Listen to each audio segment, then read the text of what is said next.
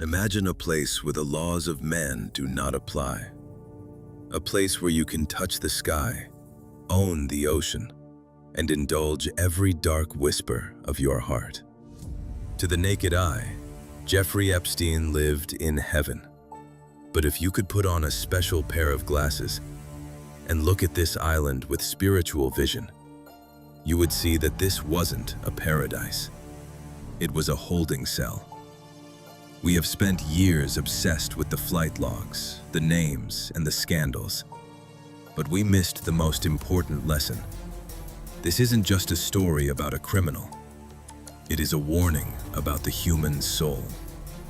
Today, we are performing a spiritual autopsy on the architecture of evil. Psychologists call it narcissism, but ancient wisdom calls it the slave of the self. Inside every human, there is a beast, a lower self that craves dominance. Civilization is built on shame, the cage that keeps this beast in check. But Epstein broke the cage. He didn't wake up a monster, he groomed himself into one. The more you feed the beast, the hungrier it gets. This is the paradox of hedonism. When you chase pleasure as your god, pleasure stops working. Why did the universe let him win for so long? Understand this spiritual law, the trap of success. Sometimes a tyrant is given power as a test. The rope was let out further and further, so that when he finally fell, there would be no branch to catch him. It gets darker. Epstein wanted to be eternal.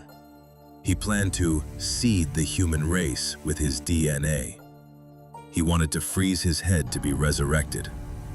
This is the Pharaoh complex. He believed the rules of good and evil were for the poor, not for him. But he forgot the most basic rule of existence. Dust returns to dust. Many of you feel cheated because he never faced a jury. But he didn't escape justice. He was transferred. Death is not an escape. It is a change of jurisdiction. He was moved to a higher court where nothing is hidden.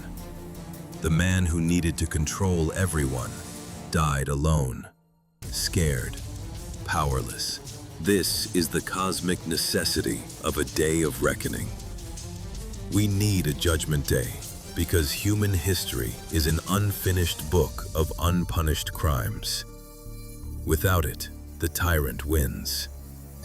Without it, the victim is forgotten.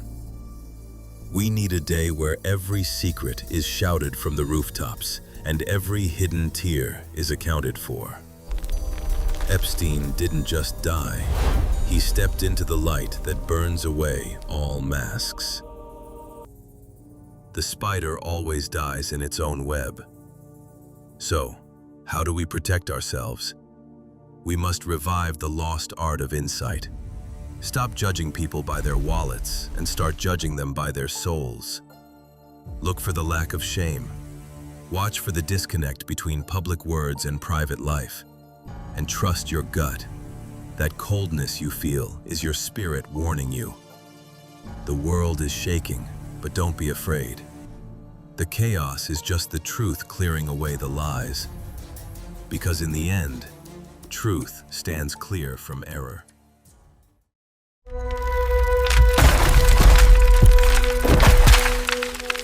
Stay unmasked.